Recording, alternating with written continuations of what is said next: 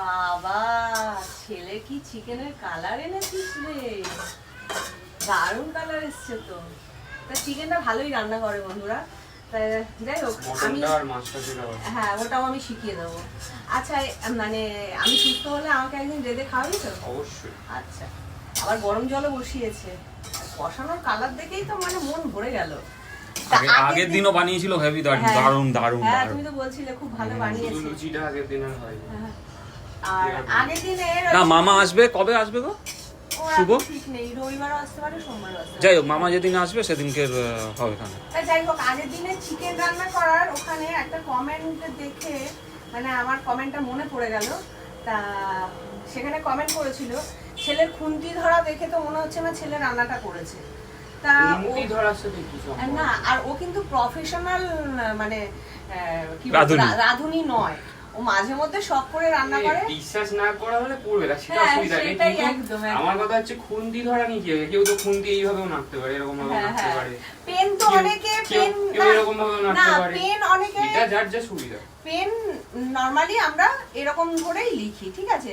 আবার অনেকে এই দুটো আঙুল দিয়ে পেন ধরে, আবার অনেকে এই দুটো আঙুল দিয়ে পেন ধরে। এবার যার যা স্টাইল তার আলাদা স্টাইল না। জলটা দিয়ে দেবো। হ্যাঁ, সেটাই হচ্ছে ব্যাপার। রান্নাটা আগের দিন ওই করেছিল আর আজকে রান্নাটাও ওই করছে। সাবধানে সাবধানে।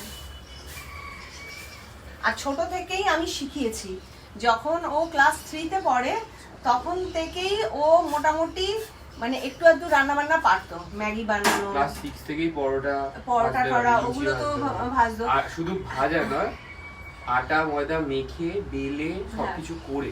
আর আমি যখন ও ক্লাস 3-তে পড়তো, আমি যেহেতু পার্লারে কাজ করতাম, তখন কি করতাম, গ্যাস ওভেনের মধ্যে আমি দুধের হাতা সব রেডি করে রেখে দিতাম, আর ও দুধ দিয়ে কমপ্লেনটা খেত।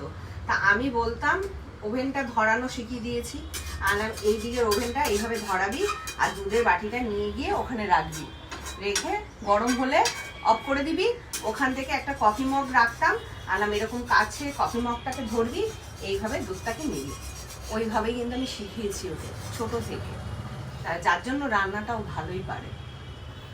এটা কতক্ষণ রাখবো? ফোটাবো আগের দিন তো মোটামুটি 15 মিনিট মতো রেখেছিলাম। হ্যাঁ, একটু গেভি গেভি মতন যখন হবে না দিবি। তুমি কি খাবে বাবা মাংস? তাহলে সেই বুঝে আমি রাখবো। ঠিক আছে কর। আমি খেলে আমার গেভির দরকার, আমি খেলে এক পিস খাবো। আমি তো মাছ খাবো, তাহলে বেশি ঝোল রাখবো। আমি এক পিস খাবো। ঠিক আছে।